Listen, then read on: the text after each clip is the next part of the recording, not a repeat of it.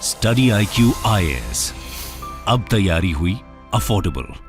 नमस्कार दोस्तों, रेलवे के द्वारा, भारतीय रेल के द्वारा एक बहुत बड़ा डील साइन किया गया है 3 बिलियन यूरो का, लगभग 26,000 करोड़ का आप कह सकते हैं। ये जो डील है वो फॉरेन की कंपनी सीमेंस के साथ किया गया है, जिसके तहत जो हाई हॉर्स पावर के इंजन्स होंगे, जो मजबूत इंजन्स होंगे, लगभग 1200 के आसपास इतना इंजन सप्लाई किया जाएगा। ये आप देख सकते हैं, siemens science 26,000 crore rupees electric loco deal with Indian railway. तो इसको डिटेल में जानेंगे कि एग्जैक्टली है क्या ये डील और ये कहां पर काम आने वाली है, इसकी खासियत क्या है, भारत को क्या बेनिफिट होगा, बहुत कुछ जानने को है। चलिए आगे बढ़ते हैं, लेकिन उससे पहले ध्यान रखिएगा, अगर आप यूपीएससी 2024 के लिए प्रिपेयर कर रहे हैं, जिसके अंदर आपको प्रीलिम्स और मेंस की पूरी तैयारी चाहिए, तो इसके लिए दोस्तों परसों से हमारा बैच स्टार्ट हो रहा है सुबह 8 बजे से। अभी भी आपके पास समय है, इसके अंदर एनरोल करा सकते हैं, क्योंकि इसके अंदर 1000+ आवर्स से ज्यादा की लाइव क्लासेस होंगी, जिसके माध्यम से आपकी जो पूरी तैयारी है वो कराई जाएगी। हैंड रिटन नोट्स हो गया, आंसर राइटिंग प्रैक्टिस आपके मेंस एग्जाम के लिए, और साथ ही साथ मेंटरशिप सबसे जरूरी, क्योंकि कभी भी कोई प्रॉब्लम हो सकता है आपको, वो आप अपने मेंटर के साथ सारे डाउट्स डिस्कस कर सकते हैं। इसके ये सारी चीजें दोस्तों आपको बहुत ही कम दाम पर हमारे वेबसाइट ऐप पर जाइए या फिर कमेंट सेक्शन में इसका लिंक मिलेगा और यूज करिए कोड अंकित लाइव, ताकि आपको सबसे ज्यादा डिस्काउंट मिल सके। इसके अलावा अगर आप 2023 का प्रीलिम्स का एग्जाम दे रहे हैं, इस साल 28 मई को होने वाला है, तो ये बैच ऑलरेडी स्टार्ट हो गया, इसको जल्द से जल्द ज्वाइन कर सकते हैं। मतलब एनसीईआरटी लेना हो, कोई भी बैच लेना हो, just use the code Ankit live to get great discounts. इसके अलावा और अगर आप एमसीक्यूज अटेम्प्ट करना चाहते हैं, तो मेरे इंस्टा पेज पर जाइए, वहां पर स्टोरीज में जितने भी एमसीक्यूज हैं उसको आप अटेम्प्ट कर पाएंगे। चलिए शुरुआत करते हैं और सबसे पहले देखते हैं एग्जैक्टली हुआ क्या। देखिए, इंडियन रेलवे ने पार्टनर किया है ग्लोबल मोबिलिटी सोल्यूशन, एक जो मेजर कंपनी है सीमेंस, कई बार आपने नाम सुना होगा, उनके साथ मिलकर ये लगभग 26,000 करोड़ का डील है, जिसमें 1200 high horse power electric locomotives को बनाया जाएगा। अब देखिए, आपने देखा होगा जब भी गाड़ी वगैरह खरीदी जाती है, कई जगह आप सुनते होंगे हॉर्स पावर के बारे में, एचपी। मतलब कि अगर मैं कहता हूं 1 HP, तो 1 HP बेसिकली, सिंपल शब्दों में मैं बोलूं तो एक घोड़े के पास जितनी ताकत होती है, एक हॉर्स के पास जितनी ताकत होती है, उतनी पावर 1 HP कहा जाता है। तो यहां पर सोच के देखिए, हम बात कर रहे हैं 9,000 HP की, मतलब 9,000 HP जितना जो पावर है, वो उतना बड़ा एक इंजन बनाया जाएगा। और कितने इंजन? 1200 की संख्या के आसपास, 1200 इस तरह के हाई हॉर्स पावर के जो इंजन्स हैं, वो इंडियन रेलवे को सप्लाई किया जाएगा। और ये लगभग पूरा 26,000 करोड़ का ये डील है। वैसे अगर आप देखोगे, भारतीय रेलवे ने पहले भी इस तरह के अरेंजमेंट्स किए हैं कई सारे कंपनीज के साथ मिलकर, जैसे एल्स्टॉम हो गया, जनरल इलेक्ट्रिक हो गया, इन सब के साथ मिलकर अभी बिहार के अंदर दो जगह पर जो फैक्ट्रीज है, जैसे कि मधेपुरा और मढ़ौरा, ये 2 जगह है बिहार के अंदर, जहां पर इनके साथ मिलकर जो इंजन्स हैं वो ऑलरेडी प्रोड्यूस हो रहे हैं। लेकिन इसमें खास बात ये है, ये जो सीमेंस के साथ ये पूरा डील हुआ है, ये बहुत ही ज्यादा न्यू मॉडल है इंडिया के अंदर, अभी तक ये पहले कभी इंप्लीमेंट नहीं किया गया था। तो सबसे पहला तो आपका क्वेश्चन यही आएगा कि सीमेंस के साथ जो इंडियन रेलवे का पूरा डील हुआ है, इसमें नया क्या है? ठीक है, देखो, इसमें सबसे बड़ी चीज ये है कि जो सीमेंस, ये जो कंपनी है फॉरेन की,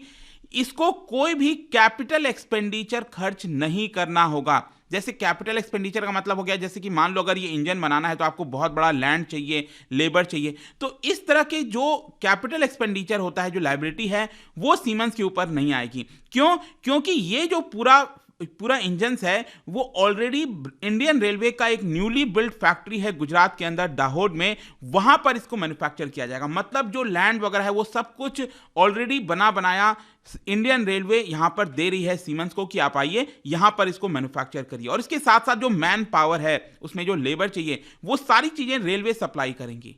तो फिर सीमेंस क्या करेगा? देखो, भारत को क्या आवश्यकता है? भारत के पास मैन पावर वगैरह की जरूरत नहीं है, उतनी ऑलरेडी है हमारे पास। मेन प्रॉब्लम है हमारे पास टेक्नोलॉजी का। तो बेसिकली सीमेंस क्या करेगा? जो मटेरियल का प्रोक्योरमेंट वगैरह करना है, सुपरविजन करना है, टेक्नोलॉजी जो लानी है भारत के अंदर, वो सारी चीजें, ये 9,000 हॉर्स पावर इंजन का बनाने के लिए जो टेक्नोलॉजी वगैरह चाहिए, वो सारी चीजें सीमेंस लेकर आएगा, जिससे भारत को काफी बेनिफिट होगा। रेगुलर रेलवे, अगर आप जो इंजन्स होते हैं ना, रेगुलर बेसिस पर जो आप देखते रहते हैं, जिससे हम ट्रैवल करते हैं, ज्यादातर उनका जो हॉर्स पावर होता है वो 3,000 से लेकर 6,000 के बीच में होता है। लेकिन वैसे मैं आपको बता दूं, बिहार में इस समय जो मधेपुरा में जो इस समय बन रहा है इंजन वो और भी ज़्यादा हाई का बन रहा है, लगभग 12,000 हॉर्स पावर का। और जो मढ़ौरा है बिहार में, वहाँ पर 6,000 हॉर्स पावर का इंजन बन रहा है। तो ये अभी बन रहा है वहाँ पर बिहार के अंदर। लेकिन ये जो चीज़ मैंने आपको बताया गुजरात में सीमेंस के साथ मिलकर किया जा रहा है। और इसमें एक और नए चीज़ की बात, जैसे कि मैं आपको बताया कि मधेपुरा और मढ़ौरा बिहार में जो प्रोजेक्ट चल रहा है उसमें रेलवे ने अपना लैंड कंपनीज को तो दिया था, रेलवे ने जस्ट अपना लैंड प्रोवाइड किया था, लेकिन टेक्नोलॉजी से लेकर मैन पावर से लेकर फैक्ट्री सेटअप करने से लेकर हर एक चीज यहां पर उन कंपनीज के द्वारा किया गया था। तो जो बिहार में ऑलरेडी चल रहा है इस समय कॉन्ट्रैक्ट, उसको बेसिकली कहा जाता है प्रोक्योरमेंट कम मेंटेनेंस एग्रीमेंट। लेकिन सीमेंस के साथ जो इंडियन रेलवे ने यह एग्रीमेंट किया है इसको कहा जाएगा मैन्युफैक्चर कम मेंटेनेंस एग्रीमेंट, क्योंकि ये जो पूरा कॉन्ट्रैक्ट है सीमेंस के साथ ये 35 साल का है लगभग, जिसके अंदर जो एक इंजन की लाइफ साइकिल होती है ना वो भी लगभग उसी के आसपास 35-40 के आसपास आप कह सकते हैं। तो पूरा लाइफ साइकिल का जो मेंटेनेंस है इंजन का वो सब कुछ सीमेंस के द्वारा ही देखा जाएगा। और इसके साथ साथ सीमेंस को एक और एडवांटेज है कि यहां पर अश्योर्ड ऑफटेक है। और अश्योर्ड ऑफटेक मॉडल वो होता है जिसके अंदर यहां पर जीरो रिस्क होता है। कहने का मतलब है कि सीमेंस को पहले ही यहां पर ऑर्डर मिल गया इंडियन रेलवे से, इंडियन रेलवे ने पहले ही यहां पर खरीद लिया है कि ये 1200 जो इंजन बनाए जाएंगे तो वो इंडियन रेलवे लेगा ही लेगा। तो इसमें सीमेंस को कोई भी रिस्क जैसा नहीं है। लेकिन खास बात यह है कि भारत को इसमें टेक्नोलॉजी मिल जाएगी। तो क्वेश्चन यह है कि ये जो इंजन है दोस्तों वो कब से रोल आउट करना स्टार्ट करेंगे। देखो जो पहला इंजन है वो बताया जा रहा है लगभग 2 साल लग जाएगा पहला इंजन जो है आने में, उसको रोल आउट करने में, बनाने में।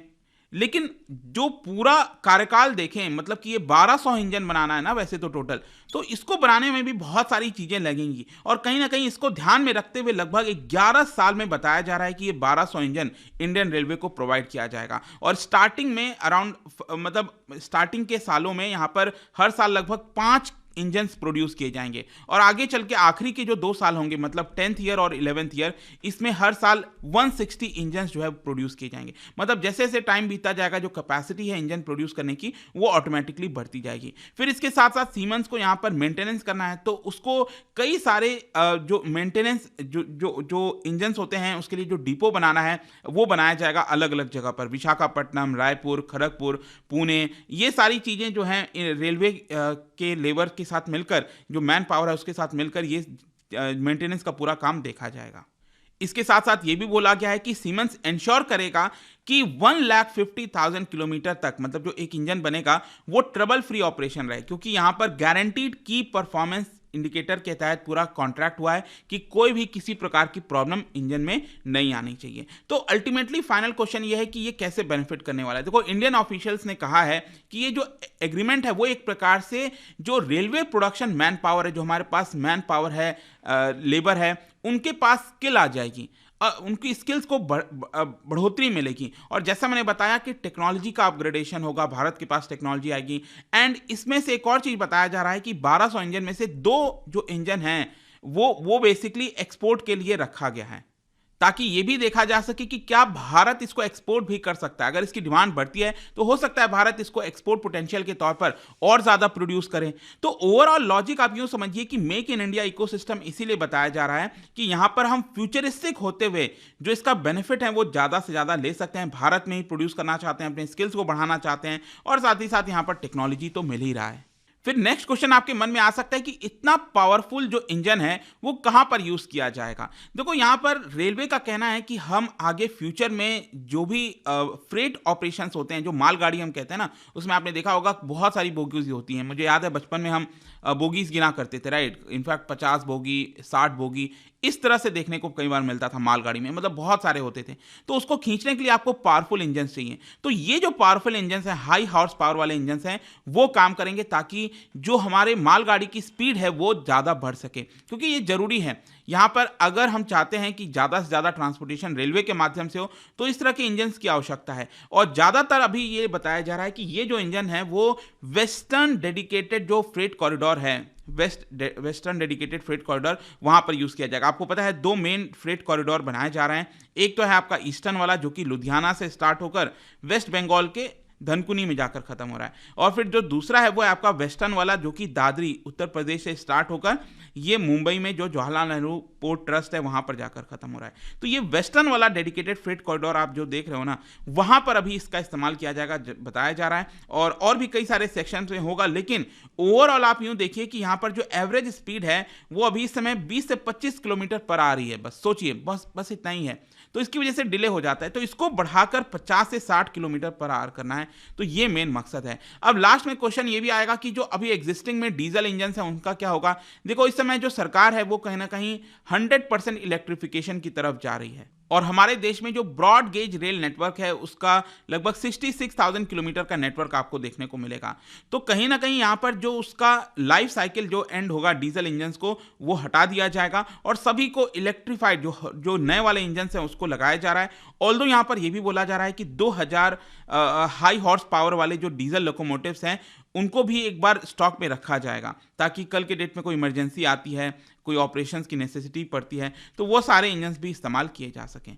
तो यही पूरा वीडियो था दोस्तों रिगार्डिंग जो एक बड़ा डील साइन हुआ है, आपको समझ में आ गया होगा। और जाने से पहले एक इंटरेस्टिंग क्वेश्चन, क्या बता सकते हैं कि भारत में the world's highest railway bridge ये कौन से रिवर पर आने वाला है। जो हाईएस्ट रेलवे ब्रिज इस समय बन रहा है, बहुत ही जल्द कंप्लीट होगा, ये कौन से रिवर पर आ रहा है आपको बताना है। इसका राइट आंसर आप सबको पता है, मेरे इंस्टाग्राम पर तो मिलेगा ही। वहां पर अगर आप नहीं हो कोई बात नहीं, टेलीग्राम से भी ले सकते हैं इसका सही उत्तर।